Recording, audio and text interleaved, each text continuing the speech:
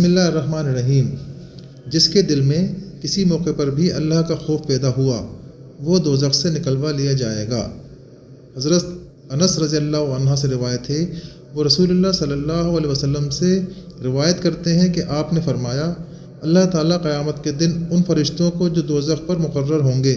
حکم دے گا کہ جس شخص نے کبھی مجھے یاد کیا یا کسی موقع پر جو بندہ مجھ سے ڈرا اس کو دوزخ سے نکال لیا جائے۔ جامع ترمذی کتاب البعث۔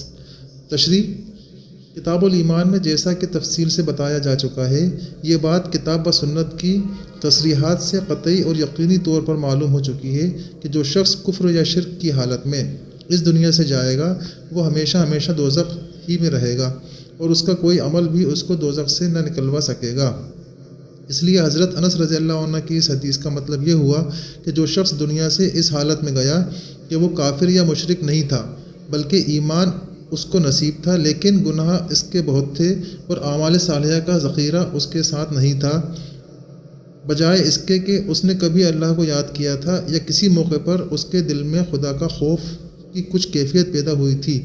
تو قیامت کے دن وہ اپنے قصوروں کی سزا بھگتنے کے لیے دوزخ میں ڈال تو دیا جائے گا، لیکن پھر کسی دن کے اللہ کے ذکر اور خوف کی برکت سے اس کو نجات مل ہی جائے گی اور وہ دوزخ سے نکال لیا جائے گا۔